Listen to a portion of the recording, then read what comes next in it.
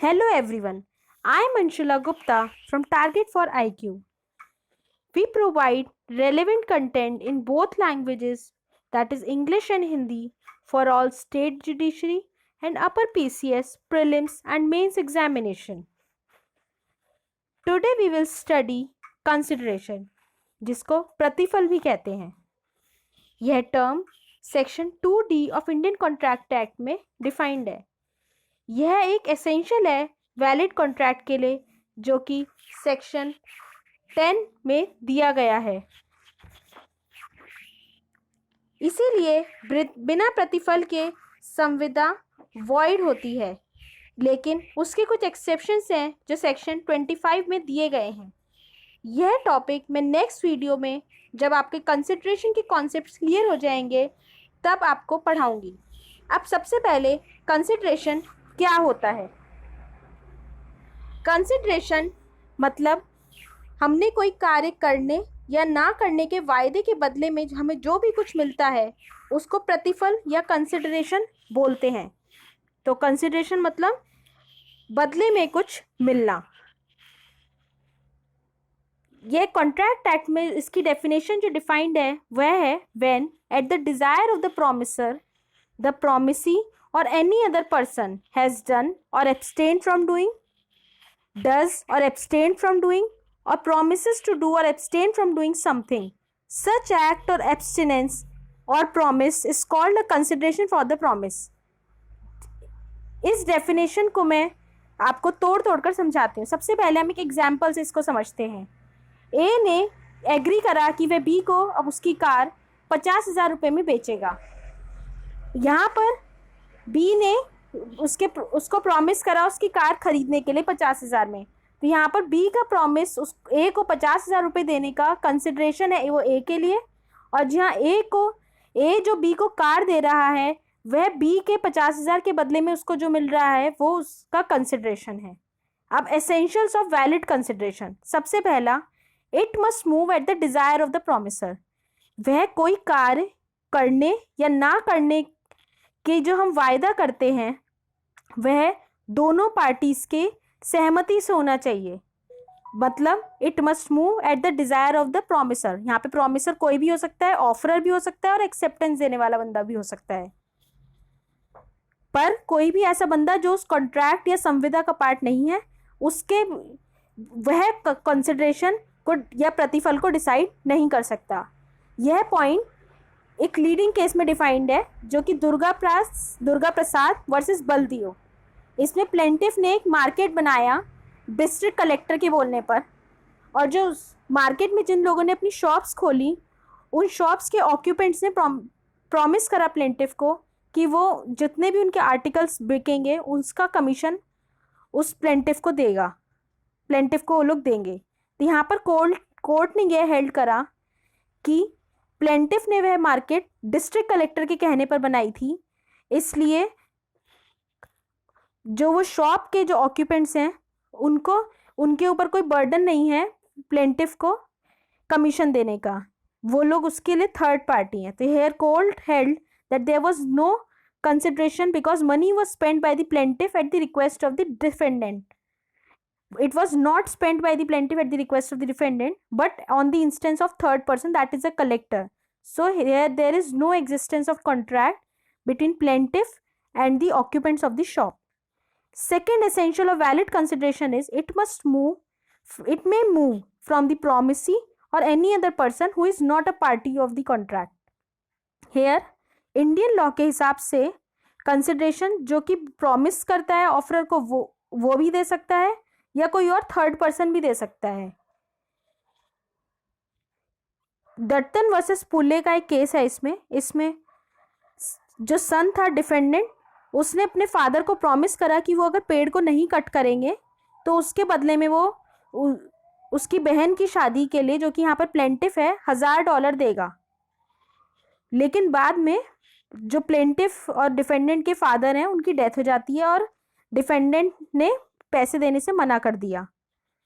तो प्लेंटिफ ने स्यू कर दिया, मतलब उसकी बहन ने अपने भाई को स्यू कर दिया $1,000 ना देने के लिए. तो कोर्ट ने यह हेल्ड करा कि क्योंकि प्लेंटिफ उसमें पार्टी नहीं है तब भी वो उसके ऊपर केस कर सकती है वो पैसे लेने के लिए, क्योंकि उससे जो बेनिफिट था वो प्लेंटिफ को मिलना था। तो यहाँ पर ये बात प्रूव होती है दैट कंसिडरेशन में move at the desire of the promisee और एनी अदर पर्सन जो कि उसका पार्टी भी नहीं है। बट कितना अमाउंट होगा उसका, क्या उसकी वैल्यू होगी, ये जो है दोनों पार्टीज टू द कॉन्ट्रैक्ट ही डिसाइड कर सकती है, कोई थर्ड पर्सन नहीं डिसाइड कर सकता है। अब तीसरा essential, consideration may be past, present और फ्यूचर, लेकिन it should be at the desire of the promisor. जो भी लोग प्रॉमिस करते हैं, दोनों ही पार्टी एक अलग अलग इंस्टेंस पे प्रॉमिसर हो सकती हैं, तो उनके डिजायर, उनकी इच्छा के अनुसार होना चाहिए, कोई तीसरा बंदा आकर वहां पे कंसिडरेशन डिसाइड नहीं करेगा। अब सबसे पहले हम डिस्कस करेंगे पास्ट कंसिडरेशन क्या होता है। Indian contract act past consideration को रिकॉग्नाइज करता है। इसका मतलब कोई कार्य हमने पहले ही किसी के लिए कर दिया हो और हमारे द्वारा वो कार्य करने के बाद वो दूसरा बंदा हमें उसके बदले में कुछ देता है, मतलब प्रतिफल देता है, तो उसको हम पास्ट कंसिडरेशन कहते हैं। जैसे कि संजना ने सुधीर के बेटे को पढ़ाया सुधीर की रिक्वेस्ट पर अप्रैल के महीने में, और मई में सुधीर उसको 1000 रुपये दे रहा है उसके बेटे को पढ़ाने के लिए। तो यहाँ पर जो संजना ने सर्विसेज दी सुधीर के बेटे को पढ़ाने के लिए वो पास्ट कंसिडरेशन था, मतलब उसने कार्य पहले ही कर दिया और उसके लिए उसको पैसे बाद में मिल रहे हैं। उसको पता भी नहीं था कि उसको कितने पैसे मिलेंगे, क्या मिलेगा, उसने कार्य कर दिया, तो यह है पास्ट कंसिडरेशन कहलाता है। अगला है प्रेजेंट कंसिडरेशन। यहाँ पर कंसिडरेशन मतलब दोनों पार्टी एक दूसरे के लिए जो भी वायदा करती है कार्य, किसी कार्य को करने या ना करने का, वो एक के बाद एक होता है, मतलब आमने सामने ही हो जाता है। जैसे जब हम कोई सामान खरीदने जाते हैं किसी दुकान पे, हम पैसे देते हैं, हम सामान ले लेते हैं, तो यहाँ पर ये प्रेजेंट कंसिडरेशन है। हमने दुकान वाले को पैसे दिए और उसने हमें सामान दिया, ना हमने उससे कोई प्रॉमिस करा आगे के लिए, ना हमने उसके लिए कोई कार्य पहले किया था। तीसरा है एग्जीक्यूटरी या फ्यूचर कंसिडरेशन। जब कोई बंदा कोई कार्य करने के लिए दूसरे आदमी को प्रॉमिस करता है कि वह फला डेट, मतलब आगे आने वाले किसी डेट पर वह कार्य उसके लिए करेगा, तो इसको फ्यूचर कंसिडरेशन या एग्जीक्यूटर कंसिडरेशन कहते हैं। जैसे कि एक शॉपकीपर एग्री करता है एक कस्टमर से कि वह उसको मई में 5 तारीख को उसके घर पर आटा सप्लाई कर देगा, तो यहाँ पर जो शॉपकीपर ने उस बंदे को प्रॉमिस करा है ये फ्यूचर कंसिडरेशन है। उसने उसको बोला कि वो उसको तभी पैसे देगा, तो ये फ्यूचर का उन्होंने पहले आज ही डिसाइड कर लिया। अब हम कुछ बातें डिस्कस करते हैं जो कि इंग्लिश लॉ में हमारे यहाँ से अलग हैं या कि सेम है कंसिडरेशन को लेके। जैसे कि सबसे पहले हमने डिस्कस करा था पास्ट कंसिडरेशन, जो कि इंग्लिश लॉ में उसको वो कंसिडरेशन मानते ही नहीं है, और प्रेजेंट कंसिडरेशन को वो कैश सेल बोलते हैं। जैसे कि हमारे यहाँ पे भी हमने पैसे दिए, सामान लिया, मतलब कैश सेल। और फ्यूचर या एग्जीक्यूटर कंसिडरेशन में वो हमारे यहाँ की तरह ही सिमिलर है। उनके यहाँ पे भी ए ने बी को प्रॉमिस करा वो 100 बैग उसके यहाँ पे शुगर के पहुँचाएगा किसी फ्यूचर डेट पे, और बी ने प्रॉमिस करा कि वो डिलीवरी पर जब उसको बैग मिल जाएंगे तब वो पे करेगा, तो ये फ्यूचर कंसिडरेशन। अब चौथा essential, consideration should be real and not illusory. इसका मतलब कंसिडरेशन जो भी आप दोनों बंदे एक दूसरे को दे रहे हैं या कोई कार्य कर रहे हैं, वो लॉ की नज़रों में, कानून की नज़रों में किसी वैल्यू का होना चाहिए, किसी कीमत का होना चाहिए। एक्ट हमारा नहीं इससे बोलता है, लेकिन ये रूल हम इंग्लिश लॉ के प्रेसिडेंट से फॉलो करते हैं कि कंसिडरेशन की कुछ कोई कार्य हम किसी के लिए कर रहे हैं, तो जो बदले में हमें वो कुछ दे, तो उसकी कुछ कानूनी तौर पे भी कुछ वैल्यू या कीमत होनी चाहिए। पांचवा essential, consideration must be legal. इसका मतलब है कंसिडरेशन जो भी हम प्रतिफल देंगे या किसी से लेंगे वह अनलॉफुल या विधि के नॉर्मल कामों के विरुद्ध नहीं होना चाहिए, इमोरल नहीं होना चाहिए, या पब्लिक पॉलिसी के खिलाफ नहीं होना चाहिए। छठा essential, consideration need not be adequate.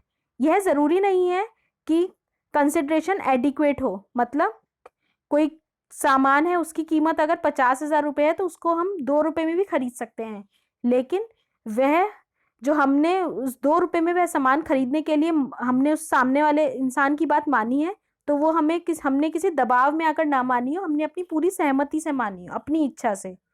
मतलब कॉन्ट्रैक्ट वॉइड नहीं होगा इसलिए कि कंसिडरेशन एडिक्वेट नहीं था, मतलब उस सामान की कीमत के हिसाब से हमने उससे कंसिडरेशन नहीं लिया। लॉ सिंपली ये कहता है कि कंसिडरेशन होना चाहिए, कुछ कंसिडरेशन होना चाहिए। मतलब हमने किसी से कोई कार्य करवाया है तो उसके बदले में हमने उसको कुछ उसकी कीमत देनी चाहिए। ज़रूरी नहीं है कि वो कीमत एडिक्वेट हो, मतलब जितनी उसकी कीमत हो उसके हिसाब से हो। जब तक कोर्ट को यह नहीं लगेगा कि वह कंसिडरेशन के लिए हमने किसी दबाव में आकर हामी भरी है, तब तक वो उसकी वैल्यू पर या एडिक्वेसी पर नहीं क्वेश्चन उठाया जाएगा। एग्जाम्पल, ए ने एग्री करा कि वह उसकी 500 रुपये की वॉच 20 रुपये में ही बी को दे देगा। तो यहाँ पर ए की कंसेंट तभी सही माना जाएगा, ये कंसिडरेशन और कंसेंट, अगर उसने उसकी कंसेंट फ्रीली दी गई है, मतलब उसने किसी दबाव में आकर ये हामी नहीं भरी है।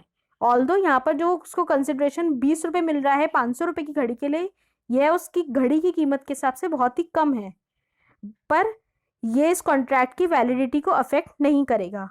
हाउएवर इनएडिक्वेसी ऑफ कंसिडरेशन, लेकिन आगे जाकर अगर कोर्ट को शक हो तो वह इस चीज़ पर ध्यान दे सकता है कि कंसिडरेशन कम होते हुए भी कैसे वह पार्टी मान गई और कहीं वो उसने ये हामी किसी दबाव में आकर तो नहीं भरी। आज हमने कंसिडरेशन और उसके एसेंशियल्स के बारे में पढ़ा है, अभी कल हम आपको इसके एक्सेप्शंस के बारे में पढ़ाएंगे। Thank you. आई होप आज के इस वीडियो से आपके कंसिडरेशन और उसके एसेंशियल्स के कॉन्सेप्ट्स क्लियर हो गए होंगे। Please do refer the bare act for more clarity while watching the video. Please stay at home and stay safe, and please don't forget to like, share and subscribe this video, and for any doubts post your questions in the comments below. Thank you.